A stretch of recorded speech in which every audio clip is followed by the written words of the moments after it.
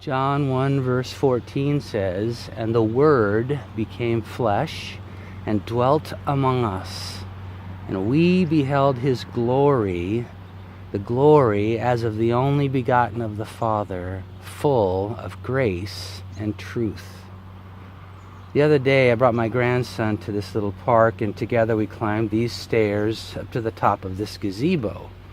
And he asked me, "Papa, what's a gazebo?" He'd never heard of that before. And I said, well, 100 years ago, people used to come to this little park and music would be performed from up here and speeches given and the like.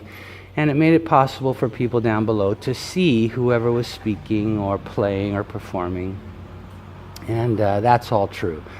But, we don't use this gazebo anymore for that purpose. It's really just for visitors to the park to climb, as I have just now, and get just a little different perspective on things. A little higher elevation, a little different altitude. And I like that. I like to just kind of get up a little bit higher and get a different view of my surroundings. And that brings me back to John 1:14, because it says there that the Word, Jesus, who became flesh and put God's beauty on display among us, displayed that beauty in at least two ways: grace and truth. I think all of us would agree that the grace of God displayed in Jesus is truly beautiful, stunning. The unmerited favor that those of us who have received Christ as our Savior have experienced is beyond description.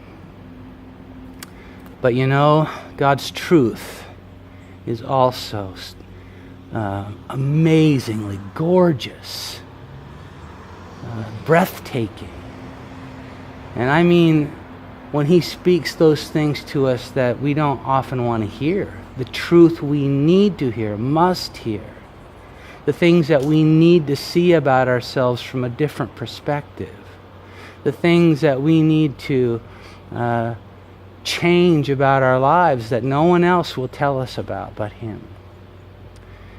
I am not often grateful or thankful for the beauty of God's truth that's spoken over me, to me.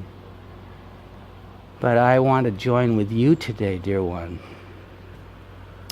in thanking God for the beauty of His grace and truth.